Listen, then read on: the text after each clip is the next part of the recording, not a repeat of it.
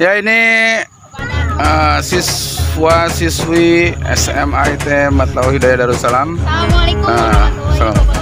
Mereka sedang melaksanakan tugas untuk melakukan sebuah penelitian, yaitu tentang sejarah lokal.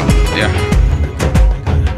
Sekarang kita sudah sampai ke lokasi di mana tempat dimakamkannya